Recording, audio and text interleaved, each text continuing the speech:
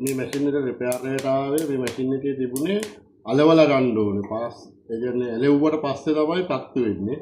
ඒ කියන්නේ හයි ෆ්‍රීකවන්සි වැඩ කරේ නෑ මේ මැෂින් එකේ. දැන් මේක අපි දුර පත් වෙන්න හදලා HF එක හදලා තියෙන්නේ. දැන් මේක අඬලක් විතර දුරින් පත් වෙනවා මැෂින් එක. හරි? මැෂින් එකේ හරි අනිත් එක තමයි දැන් මේ ඇත්තටම මේ දවස්වල අපිට හුඟක් වැඩ වැඩි වෙලා තියෙන්නේ. තව මැෂින් 40ක 50කට වඩා එළිය තියෙනවා හදන්න විතරක් ගන්න. අවන්කවම කිව්වොත් ඉතින් අපි විශ්වාස කරලා වැඩ කරලා දෙන උරුල්ලන්ට අපි ඇත්තටම ඒකට විශ්වාසනීය වැඩේ කරලා දෙනවා.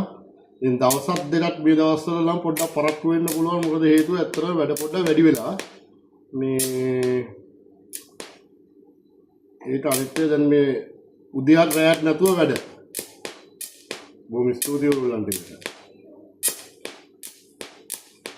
මැෂින් එක 100%ක්ම හරි අපි මේ කරන හැම ජොබ් එකකටම මාස 6ට වඩ ටීමක් දෙනවා මේ කරන මේ දැන් අපි මේ හදපු ලෙඩේට. මාස 6ක් ඇතුළත ඒ වගේ ආයෙ ලෙඩක් ආවොත් අපි ෆ්‍රී ඔෆ් charge ඒ රිපෙයාර් එක කරලා දෙනවා. ඉදිරියේ තව පොඩ්ඩක් බලාපොරොත්තු වෙන්න අපි අලුත් ආයතනයක් තව පටන් ගන්නවා. බොහොම උදුරු දිනකින් අලුතෙන් තවත් ස්ථානයක අපේම තනක තව අලුතෙන් පටන් ගන්න ලෑස්ති කරන් ඉන්නේ. අපි ඉදිරියේ දන්වන්න ඕනනම්